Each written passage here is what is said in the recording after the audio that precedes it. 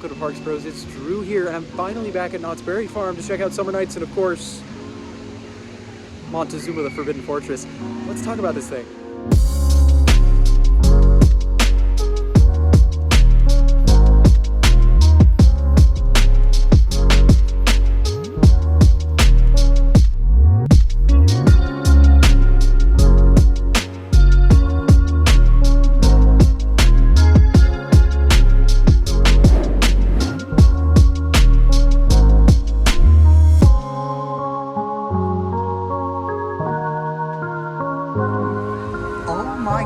Look at that train, look at that theming. I have not been to the park in quite a few months at this rate.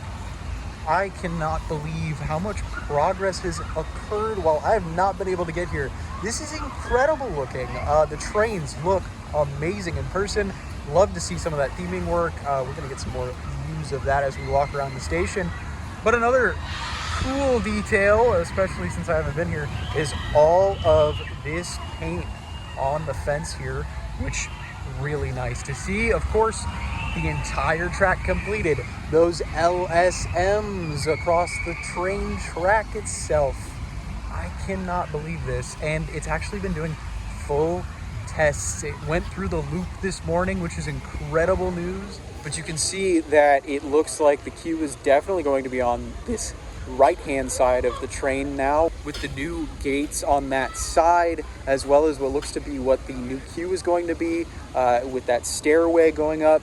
And there are also lights on right now. There's actually work going on underneath the station, so that's an incredible sight to see, especially at 8:10 at night on a random Wednesday. But they've been testing the last 4 or 5 days. I don't think we're going to see it testing tonight, unfortunately. I would love to see that in person, but we're just going to have to wait till another day when I can make it back to the park. But yeah, let's keep looking all around this amazing new ride that hopefully will be opening within the next month or two. You can see the paintwork was completed on this final piece of track, which was silver the last time I saw it, as well as the entire launch track is in with all the LSMs. This is the electromagnetic system that pushes or pulls the train forward and backward, which, yes, it's going to be doing both on this version of the ride, which is incredible. I cannot wait to experience that. But yeah, it's so cool to see all these stators. That's what these little white fins are called, if you're curious. And they're gonna do all the work, pushing this amazing new train up and down the track. Having the lights on in the station right now is a real cool sight, because you get to check out some of that theming that's all up in the rafters. I believe there's actually a small skeleton up there, so we'll have to walk around and check out all the sight lines. So you can see here the tree is growing really nicely over next to the trucks, but no more ramp going up all the way to the side here of the station. It's just a stairway going down. This is going to be the exit queue, so this is where you're going to leave the station and leave the ride. Yeah, it's a full stairway here. That's insane to see. Like, what?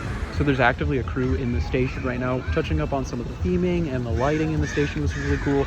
The ride panel is on currently. I don't know if it's properly operational, but that is cool to see, genuinely, especially with the new ride operating system that they have going for this ride. It's definitely a little more modern than the 1970s equivalent. Yeah, this is incredible. I don't know if they're going to do a test run. I doubt it, to be honest. But the coolest thing I can see from this angle is this awesome gateway to the launch itself. That's so cool, and it matches the concept art perfectly. On this side of the project, we can see at least a little better the repaint work that they've done all over the building itself. We're gonna have to slide over to the side a bit more to the entry, but you can still see some temporary work walls around the track, as well as where I believe most of the queue is gonna be. Also really interesting, it looks like the winch is down currently. You can see it just there on the track. That is able to pull the train forward, backward, whichever way, if it gets stuck or whatnot. But yeah, you can see the power leads up that support there. I'm not gonna lie, seeing this type of equipment on both spikes is a little odd because there's no loop to get through here, but maybe it's just a redundancy thing. Yeah, definitely interesting to see some of the changes that were made to the top of that track because of it too. Here you can see the actual front entryway. It seems to be practically the same type of gateway that's at the front of the launch over on the other end of the station. But yeah, this is all looking phenomenal from this side. Can't wait to see what the rest of the queue is going to look like. And you can even see some aging on those windows at the top of the tower. That's cool. Yeah, this entryway looks phenomenal with the extra lighting on it right now, especially those work lights. Just make it glow compared to everything else. Speaking of lighting, you can see this brand new lamp right here. There's two of them on either side of the entryway, and a bunch of lanterns are above the queue there, which is really cool to see. Possibly going to ride Jaguar in just a moment. Kind of wish we could see some of this really intricate color that they brought to Jaguar over at MonteZOOMa, but you know, give us a couple months maybe. Then again, this is more representative of what it looked like then, whereas I feel like MonteZOOMa is going for what it looks like now. After only waiting about 10 minutes for Jaguar, not a bad wait at all, got to look at the other side of construction for MonteZOOMa.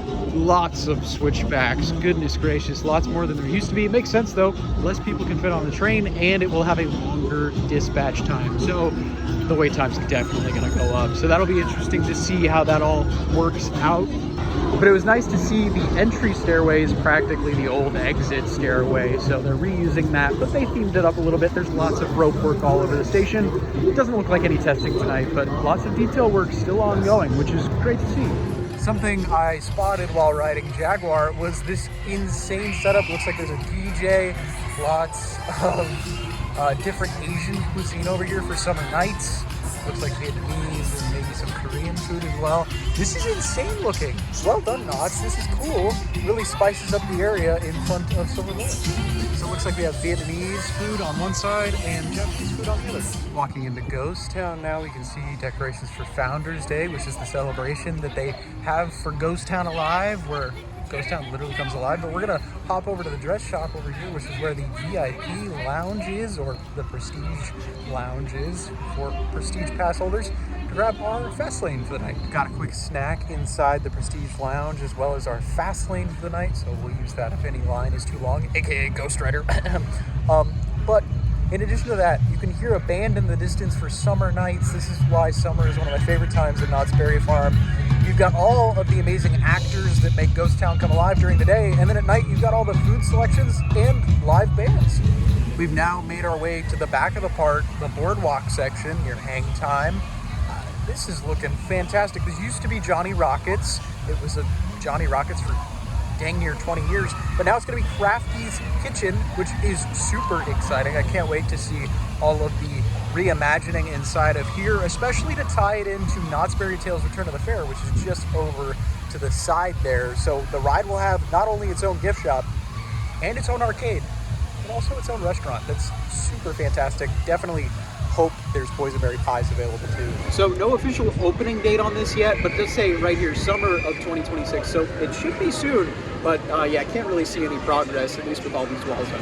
Outside of course, them painting all of this again, which it looks super clean and real nice.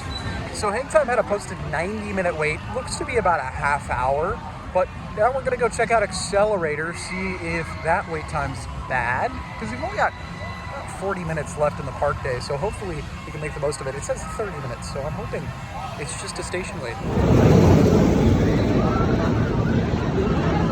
Wowee! Accelerator, great as always, as we're looking over at Hang Time, walking towards the log ride. So with about a minute to spare, we hopped on the Timber Mountain log ride for our last ride of the night. It was incredible.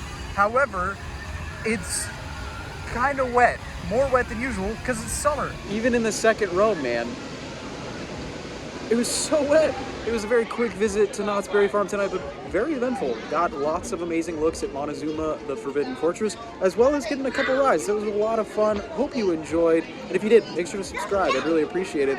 And of course, until next time, we'll see you on the next ride.